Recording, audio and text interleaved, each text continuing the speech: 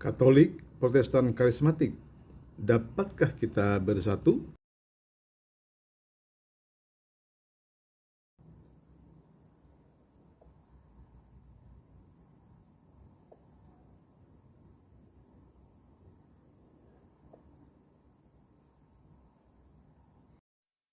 Ya, ini pertanyaan yang sukar untuk dijawab. Karena sejarah gereja selama hampir 2000 tahun ini telah membuktikan pada kita bahwa gereja-gereja tidak dapat bersatu, malah selalu berpotensi untuk terpecah belah. Janganlah sekarang, bahkan sejak kelahiran gereja atau 18 tahun sejak gereja lahir, kita ingat bahwa gereja lahir pada hari Pentakosta ketika Roh Kudus dicurahkan di kamar loteng Yerusalem. 18 tahun sejak gereja lahir sudah terjadi perpecahan di jemaat Korintus. Surat 1 Korintus itu ditulis pada tahun 52 Masehi oleh Rasul Paulus. Dalam surat Rasul Paulus kepada jemaat Korintus, yaitu 1 Korintus pasal 3 ayat 4 dikatakan, karena jika yang seorang berkata aku dari golongan Paulus dan yang lain berkata aku dari golongan Apolos, bukankah hal ini menunjukkan bahwa kamu manusia duniawi yang bukan rohani? Jadi apakah Apolos? Apakah Paulus? Pelayan-pelayan Tuhan yang olehnya kamu menjadi percaya, masing-masing menurut jalan yang diberikan Tuhan kepadanya. Aku menanam, Apolos menyiram, tapi Allah yang memberikan pertumbuhan. Jadi sejak awal gereja itu sudah berpotensi untuk terjadi perpecahan. Dalam pengakuan iman rasuli, kita menemukan beberapa kalimat yang terkenal. Misalnya, aku percaya kepada Allah, Bapa yang Maha Kuasa, Khalik langit dan bumi, dan kepada Yesus Kristus Tuhan kita yang dikandung dari Roh Kudus, dan seterusnya. Kemudian, aku percaya kepada Roh Kudus, gereja yang kudus dan am. Ya, di sini dikatakan gereja yang kudus.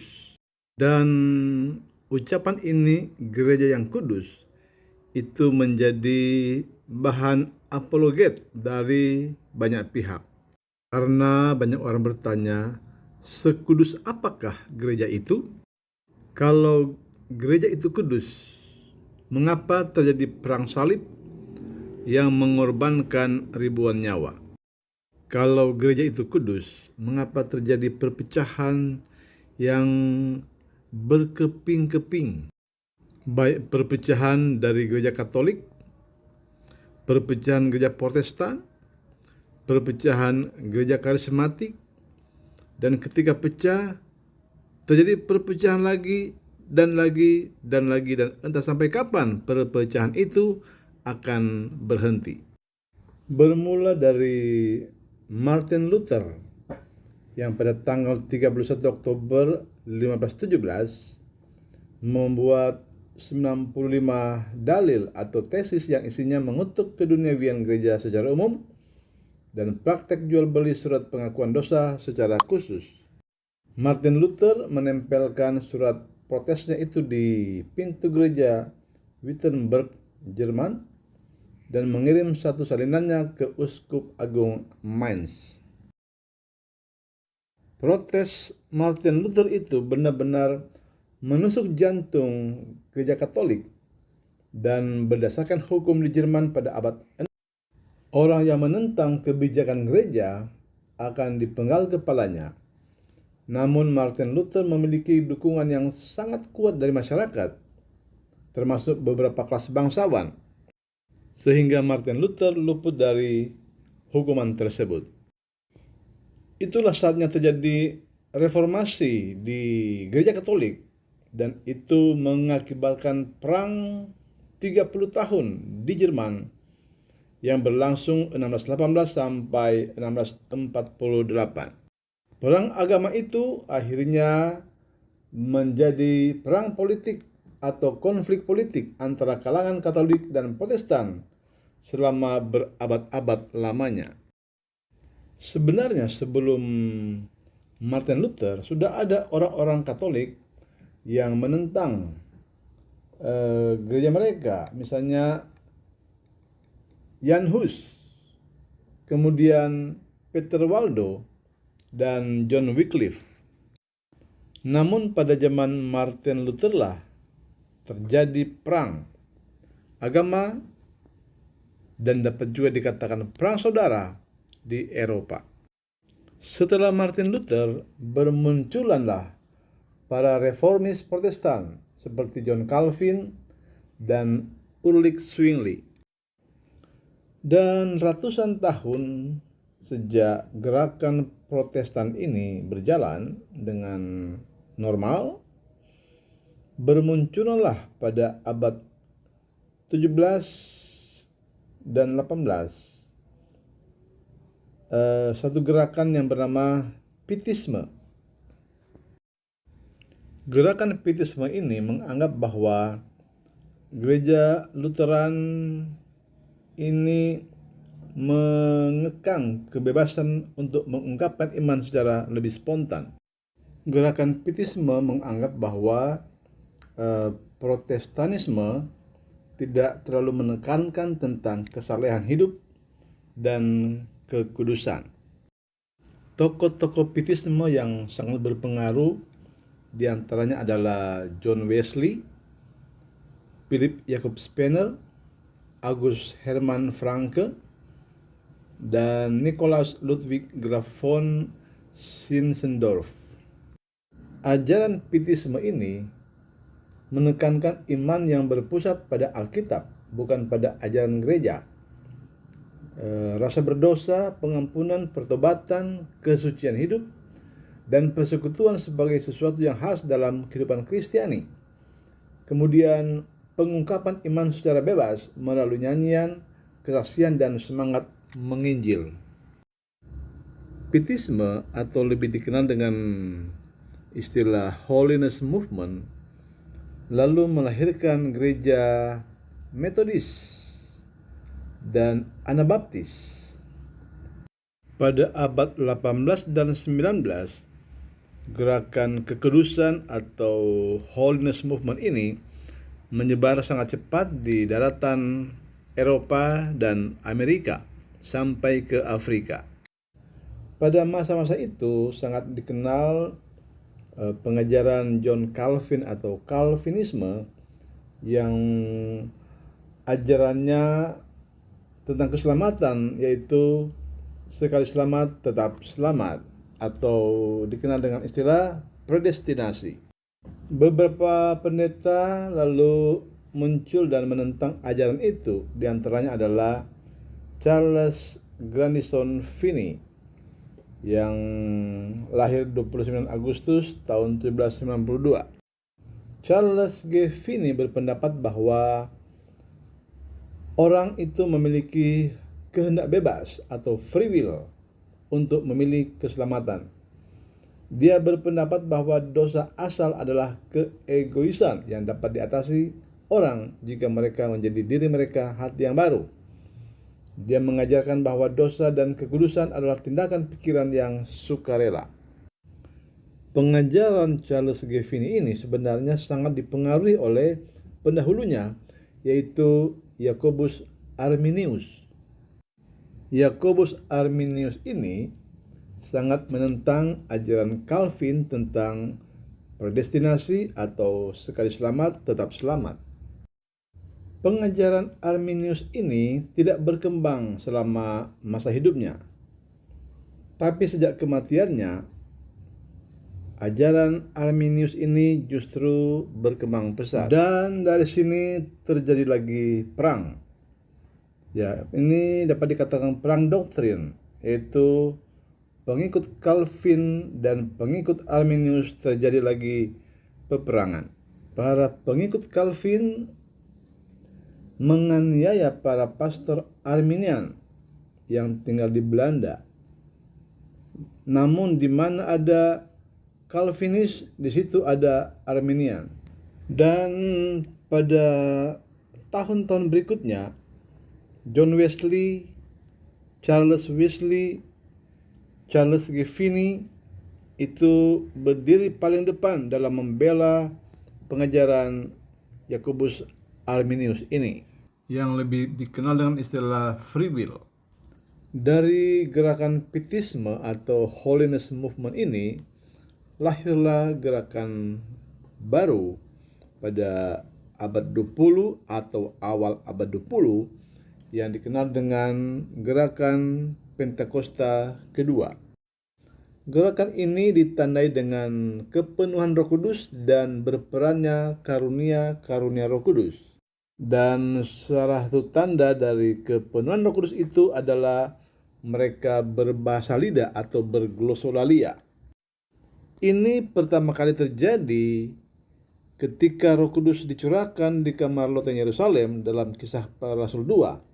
Dan ketika itu gereja lahir ke dunia ini yang ditandai dengan dibaptisnya 3.000 orang. Dan sepanjang sejarah gereja, kepenuhan Roh Kudus dan karunia-karunia Roh Kudus itu dianggap hilang, tidak berperan lagi dalam gereja, karena dalam gereja selalu terjadi konflik doktrin, konflik hierarki gereja, dan bermacam-macam, sehingga terjadi perang fisik. Tokoh-tokoh terkenal pada gerakan Pentakostalisme ini adalah Charles Fox Parham, William J. Seymour, Agnes Osman, dan William H. Durham. Sejarah mencatat bahwa gerakan Pentakosta ini bermula dari sebuah gedung di kawasan industri Los Angeles, California, di Jalan Azusa Street nomor 323.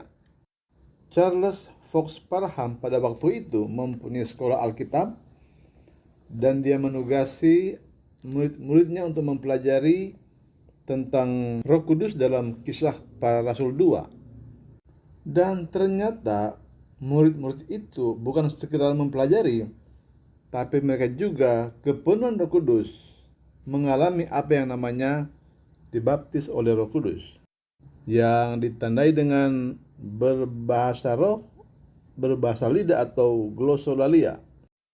Pelayanan Charles Fox Parham kemudian dilanjutkan oleh William J. Seymour yang merupakan muridnya sendiri. Dari William J. Seymour lah gerakan Pentakosta ini menyebar begitu cepat ke seluruh dunia, seperti api yang menyambar sangat cepat. William J. Seymour mengadakan ibadah di sebuah gedung yang diberi nama Apostolic Faith Mission. Di gedung ini diadakan ibadah dan doa secara silih berganti selama 24 jam. Berbagai orang dari penjuru dunia datang ke sana untuk menyaksikan secara langsung apa yang dikerjakan Roh Kudus di sana. Dan belum pernah ada dua kegiatan yang sama pernah terjadi, kecuali pengalaman di loteng Yerusalem. Berbagai laporan media mengatakan bahwa orang hanya melewati gedung ini saja, tidak masuk, hanya melewati gedung ini, orang bisa kepenuhan Roh Kudus. Semua pendeta dari seluruh penjuru dunia datang ke sana dan mereka pulang ke negaranya, ke gerejanya, membawa api Pentakosta. Tetapi karena masalah doktrin, akhirnya gerakan ini pun terjadi perpecahan. Seorang pengkhotbah mereka bernama William H. Durham memisahkan diri dan mengadakan ibadah tidak jauh dari tempat itu. Durham ternyata penganut paham Calvinisme, sedangkan William J. Seymour menganut paham Arminianisme. Dan akhirnya tibalah gerakan ini sampai ke Indonesia yang dibawa oleh Richard Van Claveren dan Cornelius E. Kruiswijk. Dua hamba Tuhan ini diutus oleh Pendeta William Henry O'Filler pada tahun 1921. Dari mereka lahirlah sebuah gereja Pentakosta di Indonesia atau GPDI yang lahir pada tanggal 30 Maret tahun 1921. Pergerakan gereja ini ditandai dengan dibaptisnya 13 orang di Pasar Sore Cepu pada tanggal 30 Maret 1923. Baptisan itu dilakukan oleh Pendeta Cornelius E. Kruisbeek dan Pendeta Johan Thyssen, seorang misionaris dari Belanda. Adapun nama-nama yang dibaptis itu adalah Jan Jekel, Nyonya Jekel, F.G. van Hessel, Nyonya van Hessel, C.H.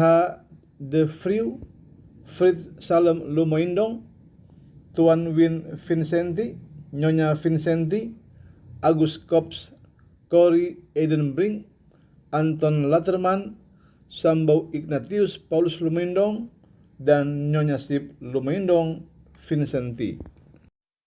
Gereja Pentakosta ini bagaikan magnet pada awal-awal pendiriannya, karena dia menarik begitu banyak orang datang ke gereja ini. Tetapi sama juga seperti gereja-gereja di seluruh dunia, akhirnya pada 10 tahun pertama berdirinya GPDI sudah terjadi perpecahan di tubuh gereja ini. Misalnya pada tahun 1931, Ses M.A. Alt keluar dari GPDI dan mendirikan gereja Pinstersending. Pendeta Thyssen keluar tahun 1932 dan mendirikan Pinsterbeweging yang kemudian lebih dikenal dengan Gereja Gerakan Pentakosta. Kemudian dalam jangka waktu 42 tahun terdapat 9 gereja yang menyempal dari GPDI. Beberapa gereja sempalan tersebut juga telah terjadi perpecahan. Salah satunya adalah GBIS, Gereja Bethel Injil Sepenuh. Diketahui bahwa Pendeta H.L. Senduk atau Ho Leong Seng keluar dari GPDI pada tahun 1952 dan mendirikan GBIS. Dalam jangka waktu 18 tahun, yakni tahun 1970, GBIS pecah lagi. Pendeta H.L. Senduk keluar dari GBIS dan mendirikan Gereja Bethel Indonesia. Dan setelah GBI berjalan selama 32 tahun, terjadi lagi perpecahan di tubuh GBI tepatnya pada tahun 2002, di mana Pendeta Alex Abraham Tanusaputra, Surabaya, keluar dan mendirikan Gereja Betani Indonesia. Lalu Pendeta Pariaji keluar dan mendirikan Gereja Tiberias Indonesia. Pendeta lainnya mendirikan Gereja Mawar Saron, GMS, yang lain mendirikan Gereja Berita Injil, GBI. Catatan berikut saya kutip dari buku Sejarah GBI atau Gereja Bethel Indonesia yang ditulis oleh Pendeta H.L. Senduk, bahwa beberapa nama di bawah ini adalah yang keluar dari GPDI dan mendirikan gereja baru. 1. Suster M.A. Alt keluar tahun 1931 dan mendirikan Pinstersending atau Utusan Pentakosta. 2. Pendeta J. Thyssen Senior keluar tahun 1932 membentuk Pinsterbeweging atau Gerakan Pentakosta. 3. Pendeta R.M. Devin dan R. Busby keluar tahun 1936 dan membentuk Sidang Jemaat Allah atau Assemblies of God. 4. Pendeta Sinaga keluar tahun 1941 dan membentuk Gereja Pentakosta Sumatera Utara atau GPSU. 5. Pendeta Tan Hock Chuan keluar tahun 1946 dan membentuk Gereja Isa Al-Masih. 6. Pendeta Siburian Bersaudara keluar tahun 1948 dan membentuk Gereja Pentakosta Sumatera Utara. Kemudian 7. Pendeta F.G. van Hessel dan H.L. Senduk keluar tahun 1952 dan membentuk Gereja Bethel Injil Sepenuh. Dan Pendeta Ishak Leo keluar tahun 1959 membentuk Gereja Pentakosta Pusat Surabaya, GPPS. 9. Pendeta Kasianturi dan Pendeta Sianipar keluar tahun 1966 dan membentuk Gereja Pentakosta Indonesia Sumatera Utara atau GPISU. Menurut catatan buku ini, sampai 10 tahun silam ada 57 gereja sempalan atau ada 57 pendeta yang keluar dari GPDI dan mendirikan gereja baru. Ada cukup panjang, ada 57 gereja dan hampir semua menggunakan gereja Pentakosta. Artinya gereja Pentakosta ini terjadi perpecahan juga. Pecah, lahir baru, pecah, lahir baru lagi, pecah, lahir baru lagi. Dan entah sampai kapan perpecahan itu akan terjadi. Dalam Yohanes 17 ayat 17 ini adalah doa dan harapan Yesus agar gereja-gereja bersatu. Inilah harapan Yesus. Dikatakan Yohanes 17 ayat yang ke-17, kuduskanlah mereka dalam kebenaran, firman-Mu adalah kebenaran. Sama seperti Engkau telah mengutus aku ke dalam dunia, demikian pula aku telah mengutus mereka ke dalam dunia. Dan aku menguduskan diriku bagi mereka, supaya mereka pun dikuduskan dalam kebenaran. Dan bukan untuk mereka ini saja aku berdoa, tapi untuk orang-orang yang percaya kepadaku oleh pemberitaan mereka, supaya mereka semua menjadi satu, sama seperti Engkau ya Bapa dalam aku dan aku dalam Engkau, agar mereka juga dalam kita, supaya dunia percaya bahwa Engkaulah yang telah mengutus aku. Jadi Yesus berharap supaya gereja-gereja, anak-anak Tuhan dari berbagai suku, bangsa, dan bahasa menjadi satu. Dan kita hilang akal, habis akal bagaimana cara mempersatukan gereja. Semakin kita berusaha bersatu, malah semakin terjadi perpecahan. Dan masalah persatuan ini tentu hanya Roh Kudus yang mampu melakukannya. Terima kasih, Tuhan memberkati.